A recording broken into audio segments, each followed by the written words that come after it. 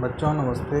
ये आपकी नवी कक्षा की जो संस्कृत की पुस्तक है शेमुशी, उससे दूसरे पाठ से ये अंश लिया गया है। ये आपकी 5वीं नंबर की वर्कशीट है। इससे पहले की वर्कशीट में आपको इस पाठ का कुछ भाग दिया गया था। अब अगला भाग इस वर्कशीट में दिया जा रहा है। पहली वर्कशीट का मैं सामान्य रूप से एक बार वाचन कर देता हूँ, आप लोग ध्यान से सुने। इसमें यह कहानी एक सोने की कौवे की है। एक बार एक गांव में एक बुढ़िया रहती है और उसकी एक बेटी होती है। वे बड़े गरीब होते हैं। एक दिन बुढ़िया अपनी बेटी को कहती है कि मैंने यहाँ बाहर चावल रखे हैं, तुम पशु पक्षियों से इसकी रक्षा करना। और वो यह कहकर अपने काम से चली जाती है। कुछ देर में एक कौवा आता है जो सोने का कौवा होता है, उसकी चोंच चांदी की होती है। ऐसा विचित्र कौवा आकर के उस चावल को खाने लगता है। वो बच्ची रोने लगती है और कहती है, मेरी माँ गरीब है, तुम इन चावलों को मत खाओ। कौवा कहता है कि मैं चावल खा लेता हूँ, पर तुम चिंता मत करो, मैं तुम्हें इसका मूल्य दे दूँगा। कल सुबह तुम गांव के बाहर पीपल के पेड़ के पास आना, मैं वहीं रहता हूँ, मैं तुमको चावल का मूल्य दे दूँगा। लड़की प्रसन्न होती है और अगली सुबह उस पेड़ के पास जाती है। कौवा उसको देखता है और कहता है कि आओ, तुम पेड़ के ऊपर किस सीढ़ी से चढ़कर आओगी, सोने की सीढ़ी से, चांदी की सीढ़ी से या तांबे की सीढ़ी से। लड़की कहती है, मैं गरीब हूँ, मैं तो तांबे की सीढ़ी से ही आऊँगी। पर कौवा उसको सोने की सीढ़ी से ऊपर लाता है। इसके बाद कौवा उसको नाश्ते के लिए पूछता है कि आप सोने की थाली में नाश्ता लेंगी या चांदी की थाली में या तांबे की थाली में। लड़की कहती है, मैं तांबे की थाली में ही लूँगी। पर कौवा उसको सोने की थाली में नाश्ता देता है। इसके बाद कौवा कहता है कि तुम्हारी माँ चिंता कर रही होगी, इसलिए तुम रुको, मैं आता हूँ। यहाँ तक का अंश पहले वाले भाग में बताया गया था। अब अग्रिम भाग में आपको आगे की कहानी बताई जा रही है। चलिए पढ़ते हैं हम इसको। काकः कौवा कक्षाभ्यंतरात्, कमरे के अंदर से। तिस्रः तीन, मंजुषाः पेटियाँ निस्साद्य लेकर के, ताम उसको, लड़की को, प्रत्यवदत् बोला, बालिके लड़की बच्ची, यथेच्छम अपनी इच्छा से, गृहाण ले लो, मंजुषामेकाम एक पेटी, अपनी इच्छा से तुम एक पेटी ले लो। सा वह बालिका, लघुतमाम मंजुषाम सबसे छोटी पेटी को, लघुतमाम यानी सबसे छोटी, मंजुषाम यानी पेटी, सबसे छोटी पेटी को प्रगृह्य ले करके, गृहमागत्य घर को आकर के, मंजुषाम पेटी को समुद्घाटिता खोलती है, समुद्घाटिता खोलती है। तस्याम उसमें, महारहाणि बहुमूल्य, हीरकाणि हीरे, पन्ना जवाहरात आदि विलोक्य देख करके, सा वह प्रहर्षिता खुश होकर के, धनिका च और धनी संजाता हो जाती है, वो प्रसन्न होती है और इतने हीरे पन्ने पुखराज के माध्यम से वह धनी बन जाती है। आगे, तस्मिन्नेव ग्रामे उसी गांव में, एका लुब्धा वृद्धा एक लोभी बुढ़िया, ईर्ष्या जलन के कारण, स्वर्ण काकस्य सोने के कौवे का रहस्यम ज्ञातवती रहस्य जान जाती है। सा वह तथैव उसी प्रकार, सूर्यातपे सूरज की गर्म किरणों में, तंडुलान चावलों को निक्षिप्य रख करके स्वसुता अपनी बेटी को रक्षार्थम रक्षा करने के लिए नियुक्त करती है।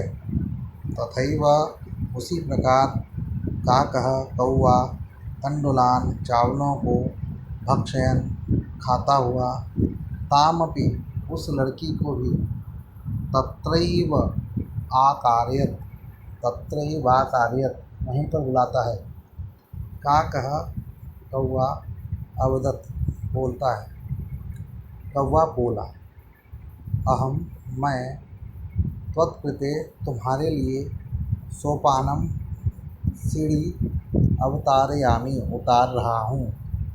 तत्कथय तो बताओ, स्वर्णमयम सोने की, रजतमयम चांदी की, ताम्रमयम व या तांबे की, कौन सी सीढ़ी उतारूं?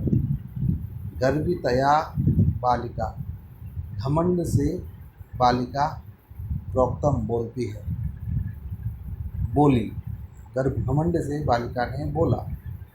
स्वर्ण सोपानेन सोने की सीढ़ियों से अहम मैं आगच्छामि आती हूँ।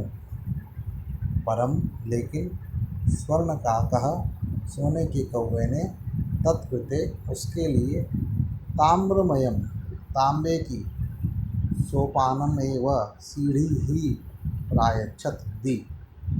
ताम्रभाज ने तांबे के पात्र में, तांबे के बर्तन में भोजन भी अकार्यत करवाया। प्रतिनिवृत्ति काले जाते समय स्वर्ण काकः सोने के कौवे ने कक्षाभ्यंतरात् कमरे के अंदर से तिस्रः मंजूषा 3 पेटियां तत्पुरः उसके आगे समुत्क्षिप्ता रख दी।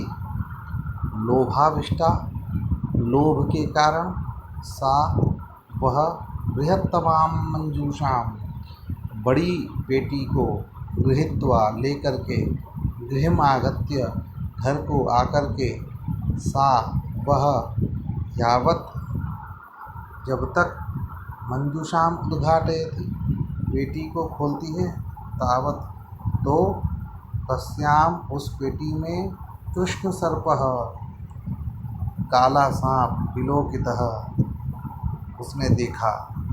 लुब्धया बालिकया लोभी बालिका के द्वारा लोभस्य फलम प्राप्तम लोभ का फल प्राप्त किया गया। तदनंतरम इसके बाद सा उसने लोभम पर्यत्यजत लोभ को छोड़ दिया। यह आपका गद्यांश हुआ, उच्चारण हुआ और इसका अर्थ हुआ। अब हम इसके अभ्यास प्रश्नों को एक बार देखते हैं।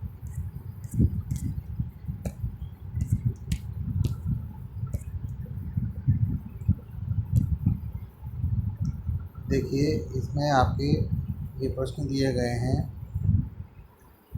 और यहाँ पहला जो प्रश्न है इसमें आपसे पूछा गया है कि एक पदेन उत्तरता, एक पद में उत्तर दो, और साथ में लिखा है कोष्ठक में से चुनकर लिखो। यानी आपको कोष्ठक में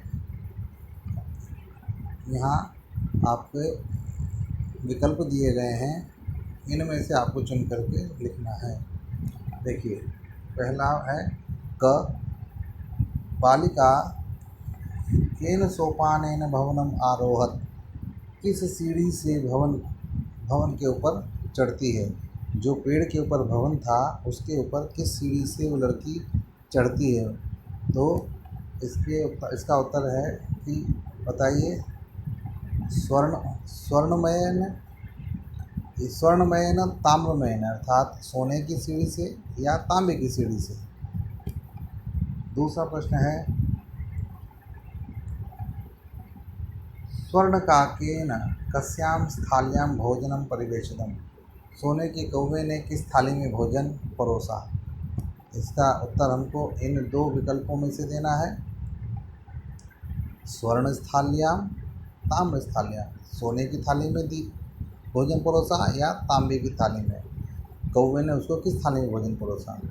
इसके बाद अगला प्रश्न है जो कि पूर्ण वाक्य में आपको देना है। यहाँ देखिए, बालिका मंजूषायाम किम विलोकितः।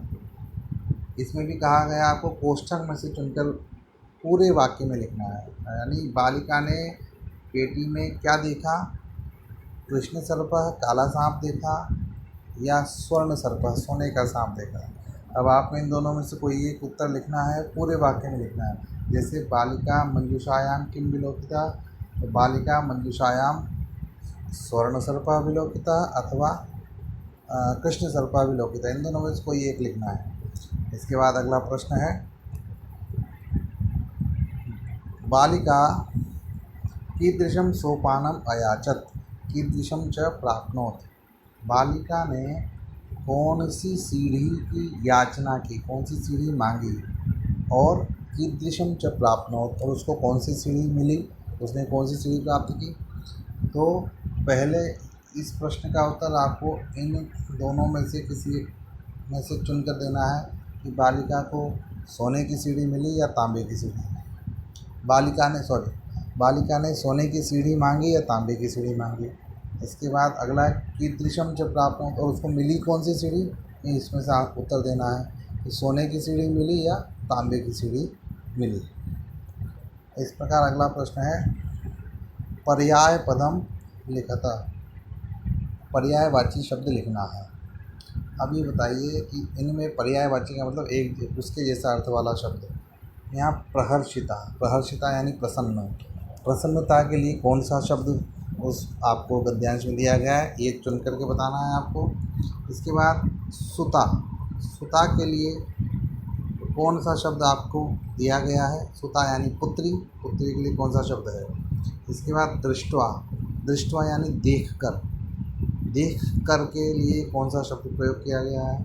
और प्रगृह्य, प्रगृह्य यानी होता है ले करके, इसके लिए कौन सा शब्द प्रयोग किया गया है। इस तरह से आप इस वीडियो की सहायता से इस अभ्यास पत्र को आसानी से कर सकेंगे। धन्यवाद बच्चों।